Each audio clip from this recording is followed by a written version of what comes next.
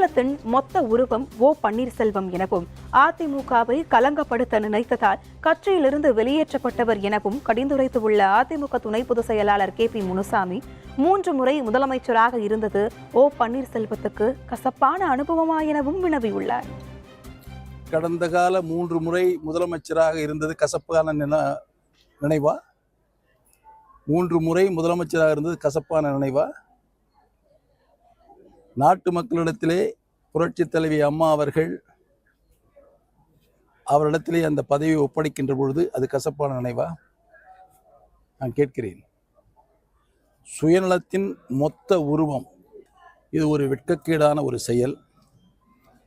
அவரை ஒரு மனிதராக பார்ப்பதற்கே மிகவும் வெட்கமாக இருக்கிறது என்பதை நான் தெரிவித்துக் கொள்ள